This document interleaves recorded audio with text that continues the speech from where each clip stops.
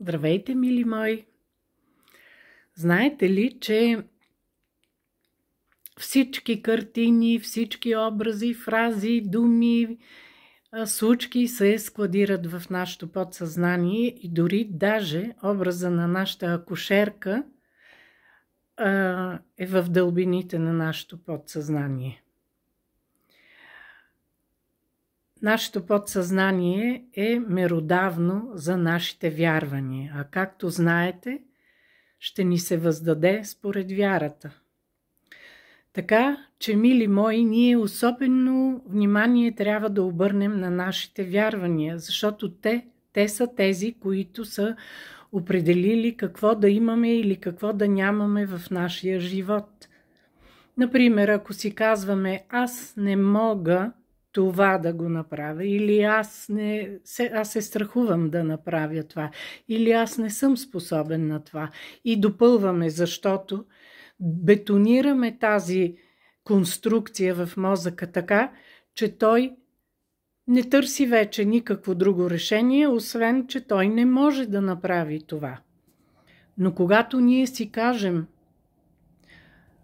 аз мога, аз съм способен да направя това, аз вярвам в себе си, аз ще го постигна, аз съм човек, на който му върви, или мен Вселената ме обича, или Бог е винаги с мен. Тези вярвания, които ние имаме за себе си, те ще ни отведат на правилното място и да свършим нещата по правилния начин. Защото тогава, както един кон с капаци, нашия мозък се фокусира върху това, което ние искаме да направим и в което вярваме. Мозъка се фокусира и търси начини да докаже всичкото това, в което ние вярваме. Разбира се, ние също можем да търсим примери в реалния живот. Много често казват хората на тази възраст или учените откриха какво на тази възраст.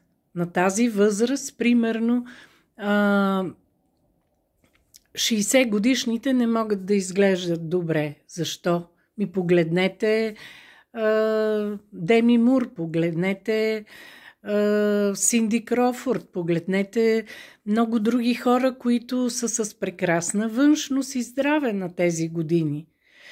Така че ние не бива да робуваме на тези клишета. Също така учените доказаха, ама тия учени ние не знаеме от кого са спонсорирани и какво са доказали. Така че, мили мои, вярата във вас е едно от определящите неща в вашия живот. Вярванията ни биват ограничаващи и подкрепящи. За съжаление, ограничаващите са тези, които ни спират, и ние трябва първото нещо, което да направим, да ги идентифицираме, да ги приемем и по-нататък да се опитаме да ги отработим. Как? Откъде идва това мое вярване? Някой учител или приятел или родителите ви са казали, ти това не го можеш. То ти се е забило в мозъка и ти си мислиш, че е точно така, както тая фраза ти се е забила в мозъка и това е точно така. Но не. Това е мнението на някой друг, не е твоето мнение. Така че, за да отработиш това ограничаващо вярване, първо трябва да го трансформираш и да го пренапишеш в подкрепящо. Подкрепящото вярване е аз съм способен да направя това. Примерно, родителят ти е казал, аз не те виждам като футболист. Ти обаче си казваш, аз ще бъда най-добрия футболист и започваш да предприемаш действия и стъпки, за да подкрепиш своето вярване. За много други неща е така, затова начина да ги отработиме е първо да пренапишеме обратното и понеже подсъзнанието е като едно малко дете, То разбира от повторения, т.е. ти казваш: мен Вселената ме обича, аз мога да правя бизнес, аз съм прекрасен футболист или каквото там искате.